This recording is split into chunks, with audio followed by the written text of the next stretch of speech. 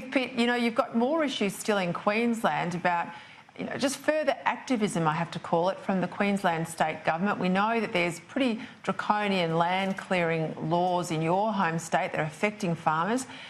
They were the same laws that the Labor Party at the last election wanted to roll out nationally.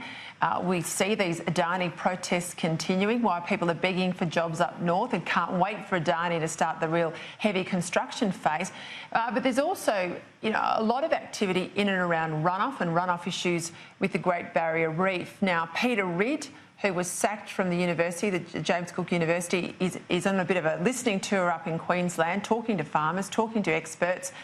He is saying that we really need an independent body to assess any scientific data before we run our farmers out of town. It seems the Environment Minister, Susan Lee, would agree with that.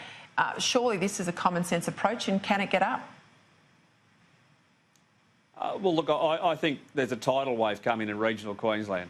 Once again, I was talking to some local producers, and these guys cut timber for a living. They've got sawmills, and they tell me that the cost for local land, and this is, you know, uncleared, unchanged land, which was around $1,000 an acre not that long ago, you can pick up for $100 or $300 an acre right now. So I think there is a substantial problem coming in Queensland under those vegetation laws. And I went to one of Mr Ridd's lectures earlier in the week in Bundaberg. I couldn't stay for the whole period of time, but from what I saw, to be really frank, it actually made a lot of sense. So I think the real question now is, you know, is what he's saying correct? Can these things be proven? And if that's the case, we need to really reconsider what we are doing across the board. And I've said this a number of times, Peter. In my view, you know, the reef is actually in really good condition, particularly the southern half. That's what all the reports tell us.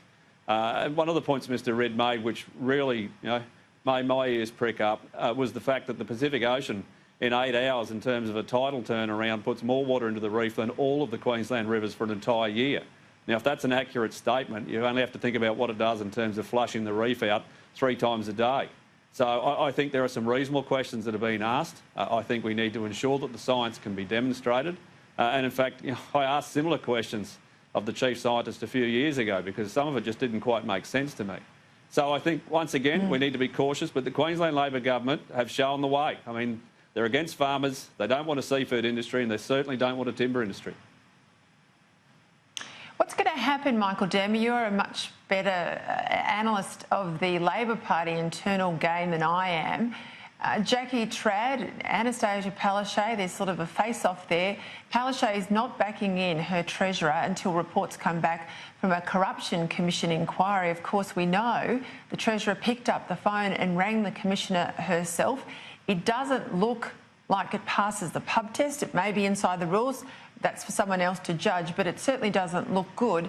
What's happening in Queensland? Because it got a shellacking at the federal election. It doesn't look good at a state level either.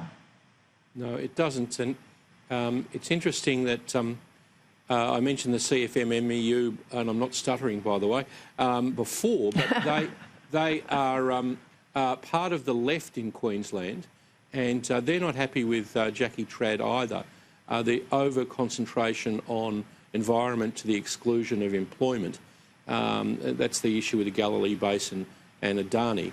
So I think that tensions from that federal election, I mean, both you and Keith probably realise this, but the sort of gloom over Labor nationally is very deep set. And many, include myself, I suppose, are still recovering from what happened. And I think those evaluations are coming home to roost in Queensland. There's a Queensland election coming up. I think it'd be very difficult in the circumstances for that Queensland government to get back. And I think it's very inadvisable for a Deputy Premier to ring up you know, a person who's meant to be an impartial public official in the middle of an investigation.